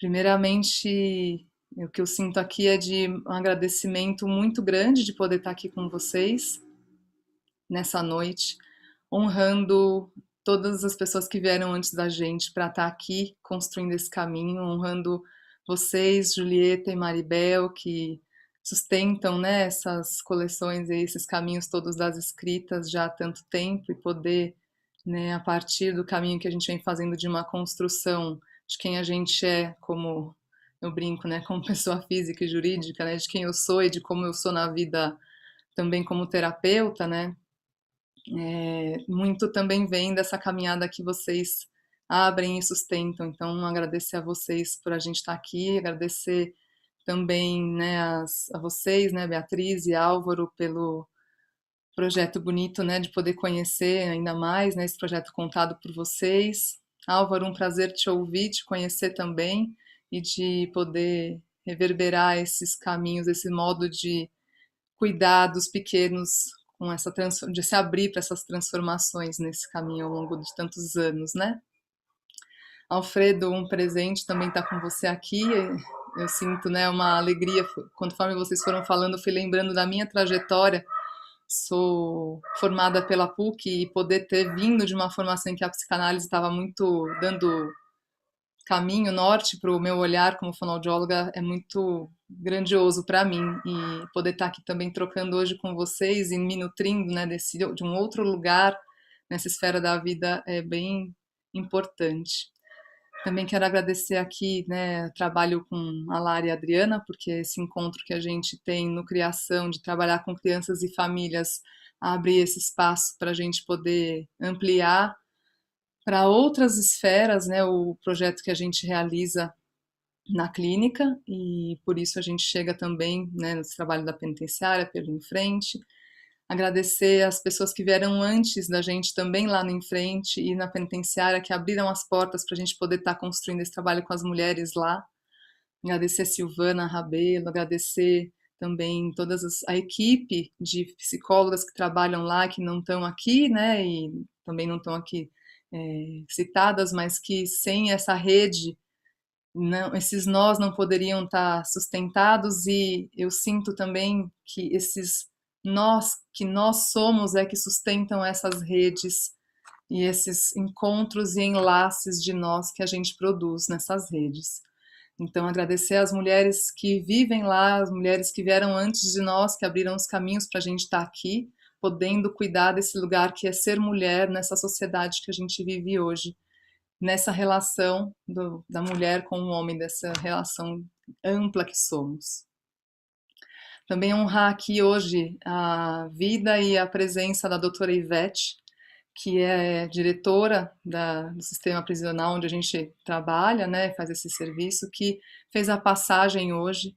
Então, que a gente possa enviar um pensamento de muita vibração de amor, de leveza para a passagem dela, alguém muito forte, que sempre teve uma sustentação muito enérgica para poder sustentar os trabalhos lá. com as mulheres, né, que estão vivendo lá encarceradas, com as pessoas que trabalham lá, então tem um dia de muita de celebração da vida dela, né, porque a morte faz parte da vida, né, então poder honrar, né, a vida dela é poder celebrar que, enfim, dentro da jornada dela, celebrar isso hoje, por mais duro, né, e dolorido que seja para o nosso coração, né, falar sobre isso é algo também que me enche de alegria de poder ter construído um trabalho, né, de também poder ter cuidado dela, enfim, de poder estar perto, como todos, né, de todas as pessoas que a gente cuida quando está fazendo o trabalho lá. A gente sente que cada intervenção que a gente realiza é uma intervenção de cuidado, então quando eu digo de cuidar dela é também nesse lugar da intervenção que a gente produz. Por fim, né, acho que agradecer também esse lugar de poder que a gente tem de coragem mesmo, né? Como você disse, né, Alfredo, da gente celebrar o que a gente produz, né? De você poder celebrar a realização do ID, da gente poder também ter essa coragem de ir na luta do que move o nosso coração e estar nesses lugares que esse amor precoce abre pra gente, é poder ter coragem de enfrentar as dores, né, que a gente vive na construção da nossa caminhada na vida e também de poder acompanhar mais pessoas nessa jornada, que a gente possa transformar através desses encontros as nossas vidas e as vidas dessas pessoas, né, nesse trabalho junto. A gente, quando você foi falando também da série, né, entre coleção e na série, né, poder fazer esses livros na série, me veio a sensação também de como é encadeado esse lugar do nascer, né, e esse lugar do estar na relação, de se constituir ser vivo, né, ser humano, na relação com o outro, essa construção de ser, né, essa constituição de ser sujeito através da construção dos laços com o outro, né? Então, a partir aí desse lugar de pensar um pouco essa nossa chegada aqui nesse espaço, eu vou passar a palavra aqui também para a Lara e a gente vai seguir aí nessa conversa juntas. Eu vou seguir, porque eu acho que, né, já foi super colocado aí pela Luana. Estão me ouvindo agora? Melhorou. Tá. Eu estava dizendo que eu vou seguir aqui, né, contando um pouco de onde começou esse projeto, né? Então, foi através do Newton Zebrack, né, que é pediatra, que é fundador, né, e diretor do Projeto Em Frente, que é um trabalho que busca justiça social, né, e que abriu arduamente, né, essa possibilidade dessa intervenção dentro da penitenciária feminina da capital, em busca de trazer visibilidade e cuidado, né, a essas mulheres e esses bebês, né? Então, lá atrás, né, conversando um pouco da nossa entrada nesse projeto, me lembro do Newton dizer que ele queria muito que os bebês entendessem que eles eram bem-vindos, né, dentro desse contexto. E aí da Silvana dizendo, né, da importância de abrir o espaço de escuta para essas mulheres, né, e que conforme a gente pudesse abraçá-las, elas poderiam abraçar seus bebês, né? Então, como é que a gente, diante dessa peculiaridade, assim, né, e delicadeza mesmo, né, de passar pela situação da gestação, parto e puerpério, né, dentro do regime, né, de pena fechado, né? Então, quais são os elementos que se cruzam, né? Aí nesse lugar, né, tão intensamente assim, os fantasmagóricos e os reais, né? De tantas rupturas, de tantas atrocidades, né? Então, desde o momento, né, em que a gente recebe essa mulher, né, e e vai fazendo esse esforço, né, de elaboração mesmo da situação vivida até a chegada lá. O esforço da presença para que se possa construir essa relação, né? E o cuidado com a angústia do que está por vir é de uma profundeza, né? E singularidade enorme, né? Assim, não cabe a nós assim pensar em generalizações, né? Assim, de que então mulheres que, né? Bebês que, né? Não é disso que se trata, né? Então toda uma escuta de entender o que foi, o que é se dar conta, né? Desse momento. Estou grávida e presa, né? Meu bebê vai nascer nessa condição. Como é que a gente vai podendo abrir um espaço para aparecer toda a falta de cuidado, apoio e rede, né, para que se chegue nesta situação?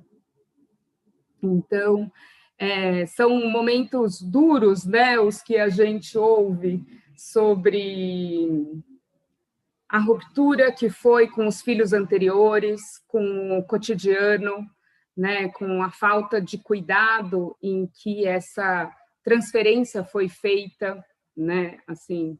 Então, relatos, né, que dizem olha, eu tenho 2 filhas, fora o meu bebê que está na minha barriga. Quando eu fui presa, elas estavam na escola. E eu não sei, em 20 dias, se teve almoço naquele dia, quanto tempo levou para alguém perceber que as minhas filhas estavam lá sozinhas, né? E aí a gente se depara também, né, com uma situação de desconstruir, né, os nossos conceitos, né, os valores que a gente entende, né, enquanto sociedade, de pessoas que cometeram crimes, né, assim, todo um desvalor do lugar de como se não existissem outros papéis, né, exercidos por essa pessoa, né? Quantas vezes a gente se deu conta de situações em que as mulheres diziam: eu nunca fui cuidada na vida, né? Eu não faço ideia do que é isso que vocês estão fazendo aqui, porque é um lugar árduo também, né, nosso, de abrir um espaço de confiança dentro do sistema prisional, né? Um lugar em que existe uma vigilância constante, um estado de alerta, uma paranoia, uma desconfiança, né, assim, de que tudo que for falado vai ser usado contra você, né? Então, é árduo o nosso lugar, né, de abrir o espaço de confiança, né, assim, de que estamos aqui com vocês, né, e estamos aqui para construir com vocês as possibilidades, né, que são possíveis nesse momento, né? Porque também não há uma garantia do que vai vir depois, né? Também é difícil, né? Esse lugar de, mas do que adianta investir aqui nesse vínculo se daqui 6 meses eu vou ser separada desse bebê, né? Do meu filho, da minha filha? Porque eu vou fazer isso, né? Talvez seja melhor que eu não viva isso, que ele não viva isso, né? Então, assim, baseado, né, na psicanálise, do IRD, né, assim, nessa experiência que vem sendo construída ao longo dos anos, né, a gente vem trazendo essa nutrição, essa importância, né? O que vai ser carregado, né, ao longo da vida. É bastante de como armar essa rede de suporte, ainda que nessas circunstâncias, né? Como ajudar essa mãe a sustentar a estada desse bebê na penitenciária, junto a ela durante esses 6 meses, né? Como que a gente faz através dessa escuta, através das conversas, através do estar junto, através das trocas, né? E como que a gente vai construindo e cuidando e dizendo, né, para essa dupla, sim, vale a pena, né? Esse amor precoce, né, Alfredo, que a gente vem falando.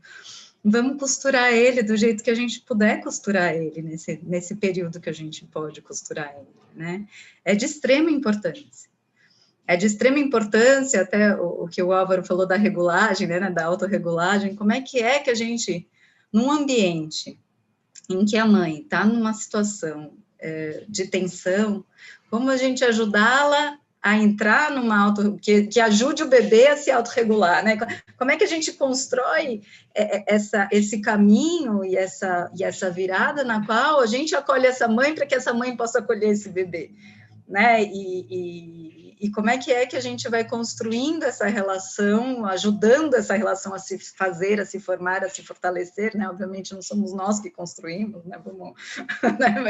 Mas a gente vai ajudando os enlaces, né? E eu acho que esse cuidado da delicadeza, da escuta, né? Quantas vezes a gente não foi ouvir uma mãe angustiada e o bebê não conseguia dormir, né?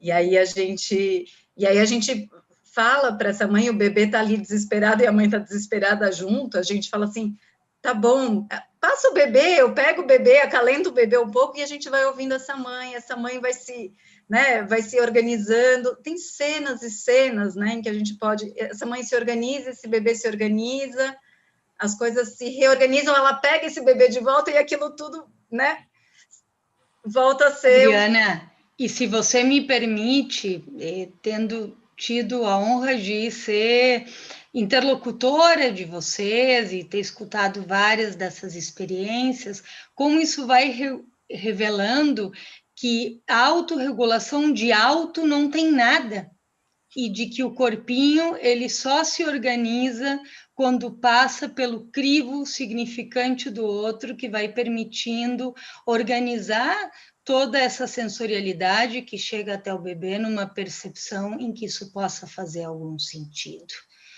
E, bem... Sim, é isso. E como é que faz esse sentido, né?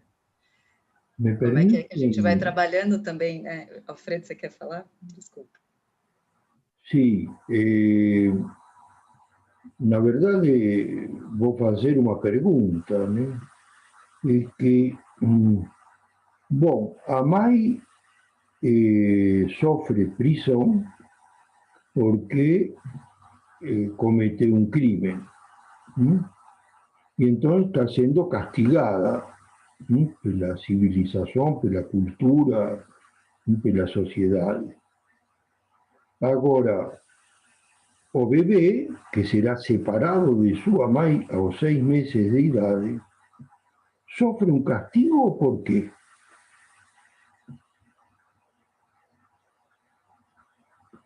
O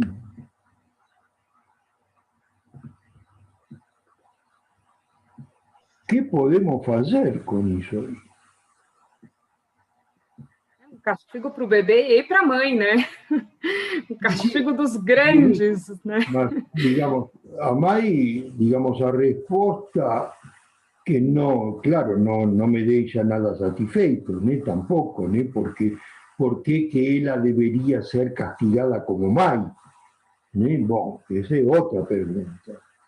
Mas a que é o cúmulo da injustiça é que o bebê de 6 meses seja castigado. Por quê? Alfredo, é algo que é muito difícil da gente digamos que é o inexplicável neste momento, né? E acho que o único viés que a gente consegue fazer de leitura por hora é que a gente está nessa lógica da luta antimanicomial, né? Assim, o que a gente vive, a gente está nessa mesma questão. Bom, é isso que deve, a meu entender, entrar em questão, justamente, né? Bom, cuánta confianza tenemos en que un ser humano tratado dignamente possa recuperar sua presença no mundo de un modo que ele seja alguém, porque se trata só disso. Só disso, bom, não é nada fácil. Es decir, no estoy, claro, es decir, colocando vocês como responsabilistas, justamente, certamente vocês lutam para estabelecer uma, como diria, um equilíbrio diferente das coisas. Como fazer para que não se produza um retraumatismo e uma retransmissão da violência, porque é o que acontece nesses casos, e nesse sentido, o trabalho que as colegas realizam nesse contexto é muito importante, e retoma algo que o doutor Álvaro disse no início, e que a Beatriz também disse, né? Interessante que a Beatriz começa lançando, deixando uma pulga atrás da orelha, dizendo os primeiros indicadores dessas mães que levavam esses bebês iam bem, mas depois, quando chegava ao ponto de pensar separações, alternância, presença e ausência, função paterna, as coisas pareciam não ir tão bem. O que isso nos fala de tantos bebês que estão sozinhos com as suas mães? De tantas mães solitárias e tantas mães na solitária. Ou seja, como para que possa se produzir um exercício da função materna, essa função materna, como nos provocou também o doutor Álvaro, não é uma questão de que a mãe é um acompanhante de um bebê, ou seja, que trabalhar com uma mãe é um trâmite inevitável, porque ela que leva o bebê, senão que a relação de um bebê com a mãe, como um primeiro cuidador, é decisiva, mas que esse exercício da maternidade não é uma competência inata ou individual, ela é uma cidadã, como nos disse o doutor Álvaro, e que lugar ela tem nessa cidadania faz toda a diferença. E quando se está num lugar à margem, isso tem consequências. E quando há uma ameaça de separação tão precoce sobre um laço, como vai se instaurar esse amor precoce? Bom, são todas perguntas que nos apontam a essa dimensão da complexidade diante dessas vulnerabilidades e de como se trata de poder sustentar operações constituintes do sujeito em situações que de ideal não tem nada. Aliás, não trabalhamos com uma ideia de ideal. Trabalhamos desde sempre com uma condição de como é possível sustentar a estruturação de um sujeito do desejo, em situações de grande mal-estar. Freud, em 1920, nos diz no texto o mal-estar na civilização, que teremos que pensar algum dia que alguém se aventure a se empenhar na elaboração de uma patologia das comunidades culturais, transpondo a psicanálise para a comunidade. E o que é isso que a gente está fazendo aqui, se não isso? Pensar de que maneira a gente contribui diante do sofrimento do sujeito no nosso tempo. Então, bom, lanço essa provocação também da hora, para que, começando pelas colegas do Núcleo Criação, que nos trazem esse testemunho do projeto em frente, bem como Alfredo, Beatriz, Álvaro, Maribel, possam fazer uma rodada final de colocações, muitos colegas, mais de 155 colegas, a última vez que eu contei presentes, agradecendo os depoimentos, várias mensagens. Bom, então, passo a palavra a todos vocês, começando pelas colegas do Núcleo Criação, para que possam fazer as suas colocações finais. Por hoje, porque o trabalho segue com muitos nós. Está dizendo, né? A gente falou só do comecinho aqui do trabalho, né? Mas tem todo um desdobramento disso, né? Inclusive de discussões com os serviços do território, um aquecimento árduo, assim, também dessa rede, né? A Luísa, que é uma das psicólogas, está hoje acompanhando bem de perto, né? Uma das mulheres que progrediu, né, para o regime semiaberto, e do semiaberto ela foi para o aberto, e a nenê dela, que é a minoria das situações que a gente vive lá, foi para um serviço de acolhimento, né, e não para a família extensa, que é o que acontece com maior frequência.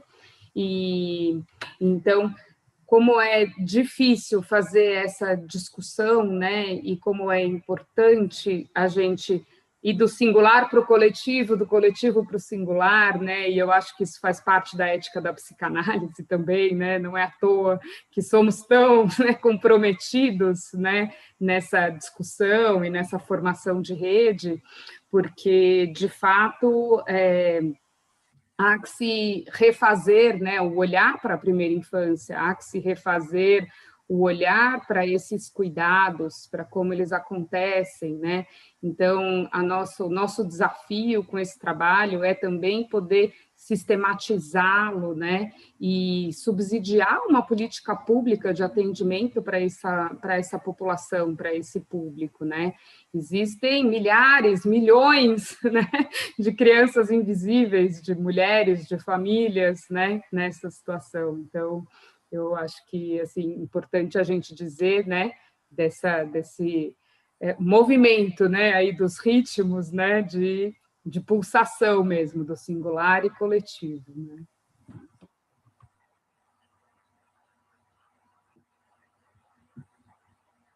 Há sociedades injustamente llamadas primitivas que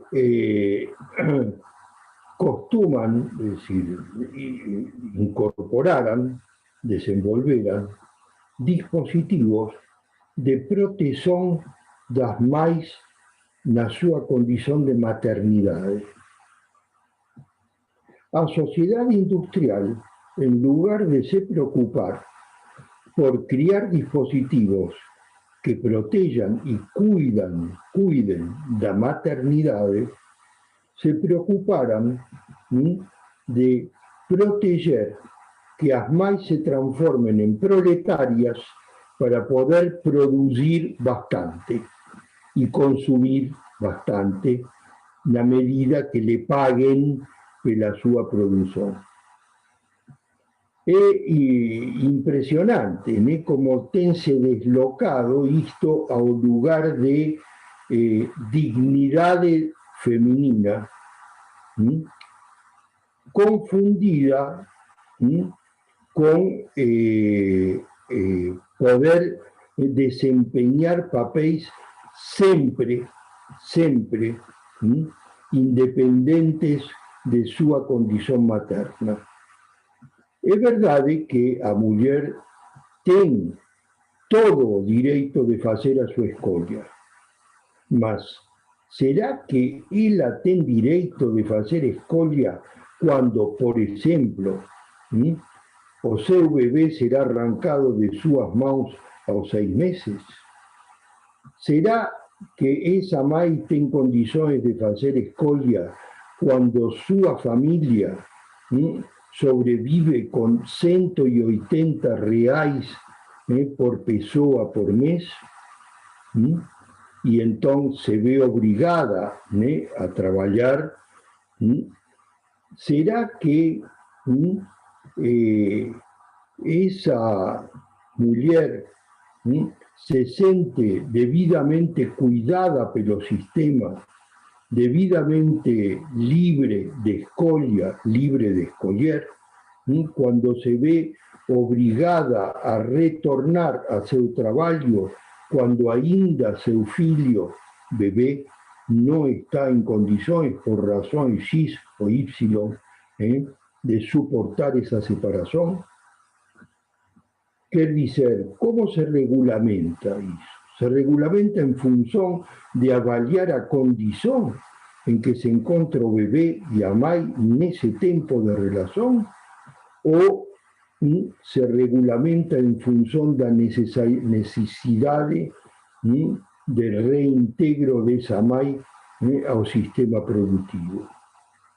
O que é mais importante? O bebê ou o objeto a ser produzido? É uma pergunta importante desde o ponto de vista ético na nossa sociedade. A mulher tem direito a escolher na nossa sociedade? Desconfio.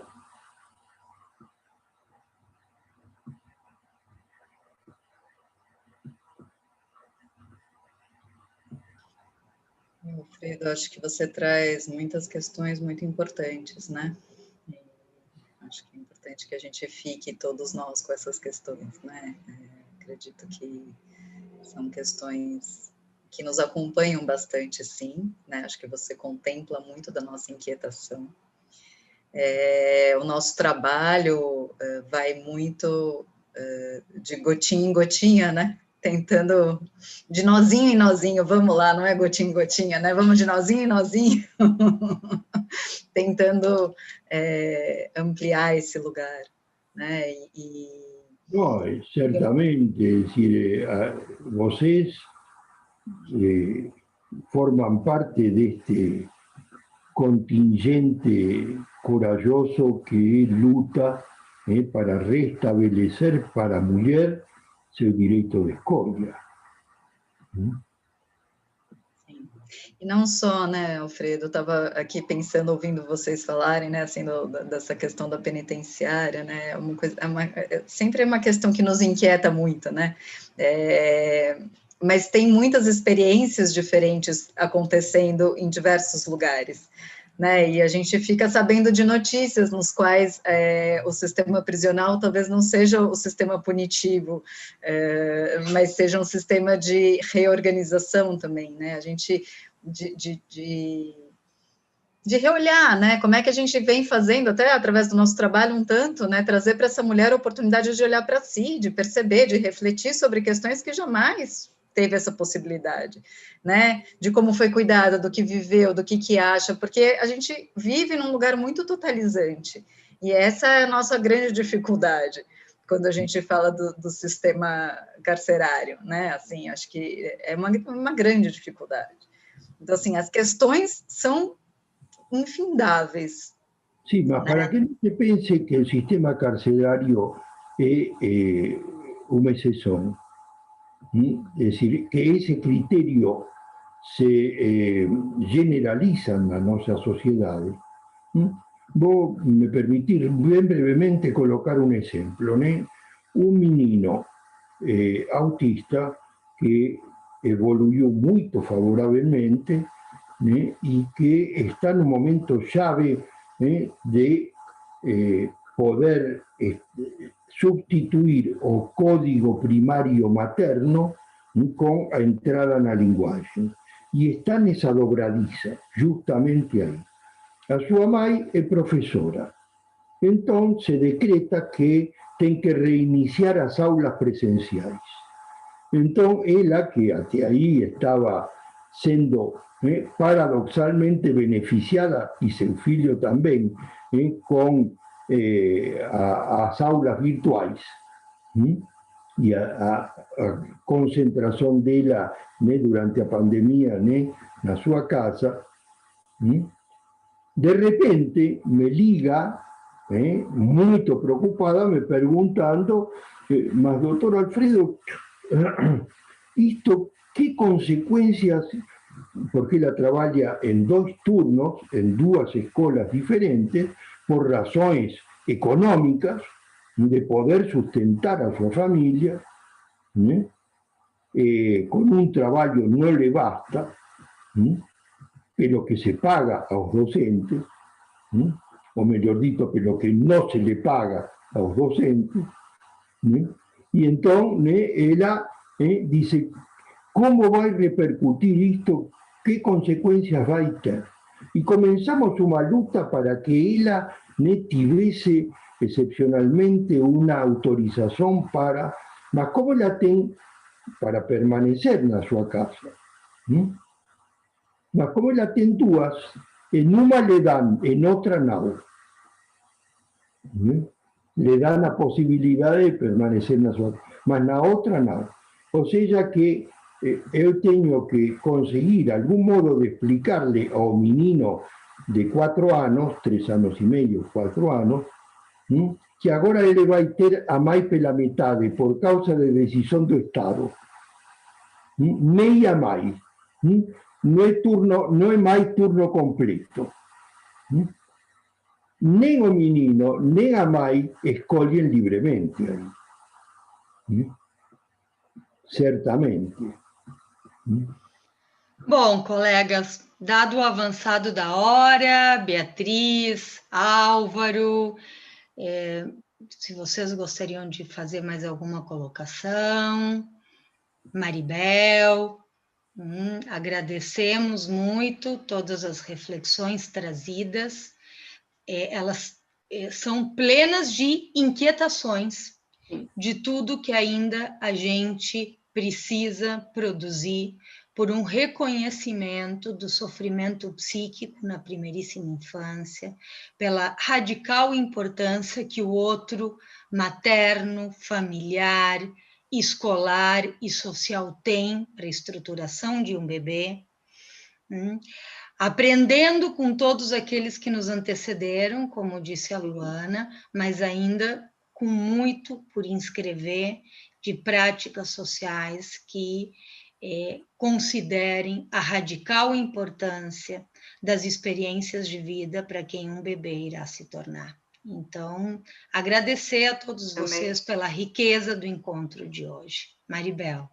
Também quero agradecer e acho muito importante essas colocações mesmo dessa escuta e desse acolhimento, né, que vocês estavam colocando aí na penitenciária, porque me lembrou um pouco o trabalho com o hospital, essa questão da dificuldade, né, de se envolver e de poder filiar essa criança com medo de perder, né, no outro caso pela possibilidade de morte, mas aí por uma separação, mas que a gente sabe que a gente trabalha justamente, né, para que se construa uma relação, para que depois possa haver uma separação, seja em qual âmbito aí, né, tanto simbolicamente como, né, se for alguma outra forma de separação, mas a importância desse trabalho para que possa haver uma subjetivação mesmo aí muito importante. Quero agradecer a todos, um prazer conhecer os trabalhos, assim, já tinha conhecido no livro, mas é muito diferente escutá-los, né, muito gostoso. Bom, boa noite e até a próxima. Um grande abraço a todos os colegas de Fortaleza, aqui representados pela Beatriz e pelo Dr. Álvaro, e sigamos. Boa noite, obrigada, pessoal. Boa noite a todos. Obrigada, Grande abraço. Obrigada, boa noite. Tchau, Alfredo.